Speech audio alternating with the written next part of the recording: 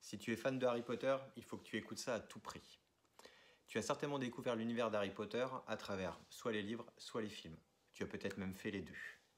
Et tu as certainement remarqué qu'il y avait un certain nombre de choses qui étaient différentes entre les livres et les films. C'est pour ça que j'aimerais te parler aujourd'hui de 3 différences majeures qu'il y a entre les livres et l'adaptation cinématographique au cours de la saga Harry Potter. On va commencer fort avec Dobby. Tu connais Dobby, le petit elfe de maison qui rencontre Harry Potter dans le 2e volet. Et si tu as bien lu les romans, tu te rends compte en fait que Dobby a une place absolument prépondérante dans toute l'histoire, dans le 2e volume, dans l'Ordre du Phénix, où il joue un rôle majeur. Et pourtant, dans les films, il apparaît bien entendu dans le 2e volet. Et pourtant, très rapidement, Dobby disparaît avant de revenir vraiment de façon centrale dans les Reliques de la Mort, où il meurt malheureusement. Et ça a été un de mes plus gros crève-cœurs en découvrant l'univers Harry Potter et les films. J.K. Rowling a vraiment tapé fort.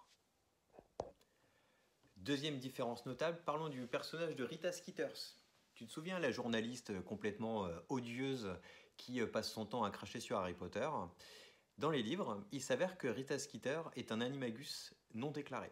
Elle se déguise en scarabée et il s'avère en fait qu'elle utilise sa forme d'animagus pour espionner et continuer à écrire des articles calomnieux sur Harry Potter dans la mesure où elle travaille pour le ministère de la Magie.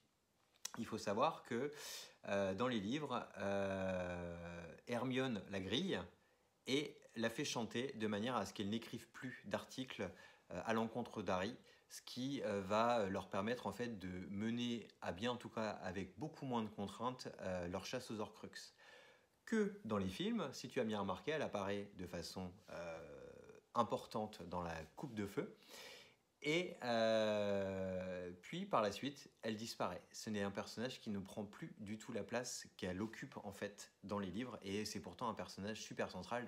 De plus, il est intéressant de savoir que les animagus non déclarés sont quand même une espèce, chassée par les ministères de la magie. C'est toutes ces intrigues politiques qui sont super intéressantes dans les livres, qui ne sont pas vraiment abordées dans les films. On va terminer avec toutes les intrigues secondaires qui ne sont pas du tout traitées dans les films. Il faut savoir que dans les livres, il y a énormément d'intrigues secondaires qui servent à consolider et à agrandir le lore d'Harry Potter. Je vais t'en citer quelques-unes, par exemple la romance entre Tonks et Lupin, qui est super importante. La révolte de Percy Weasley contre le ministère de la Magie, même si c'est un personnage qui reste ambigu, malgré tout, il finit par se rallier à la cause contre Voldemort et de manière à se rabibocher, on va dire ça comme ça, avec sa famille. Et il y a également les actions menées par Hermione lorsqu'elle monte son association La Salle, qui vise à émanciper les elfes de maison. Ce sont des choses en fait qui viennent enrichir tout l'univers d'Harry Potter et qui viennent rendre les choses beaucoup plus vivantes et complètes. Alors oui, je sais, lorsqu'on fait une adaptation de roman, et d'autant plus une saga comme Harry Potter, il est nécessaire, pour des questions de scénario et de dynamique, de faire des choix pour rendre les choses beaucoup plus digestes pour les spectateurs et beaucoup plus simples à suivre. Malgré tout, je trouvais ça hyper important de souligner qu'il y avait ces différences absolument majeures dans l'intrigue. Surtout, les 3 points dont je t'ai parlé, ce sont des choses qui sont, à mon sens, hyper importantes dans la mesure où elles viennent vraiment servir le scénario principal. Et toi, est-ce que tu en connais d'autres? Est-ce que tu connaissais toutes ces différences?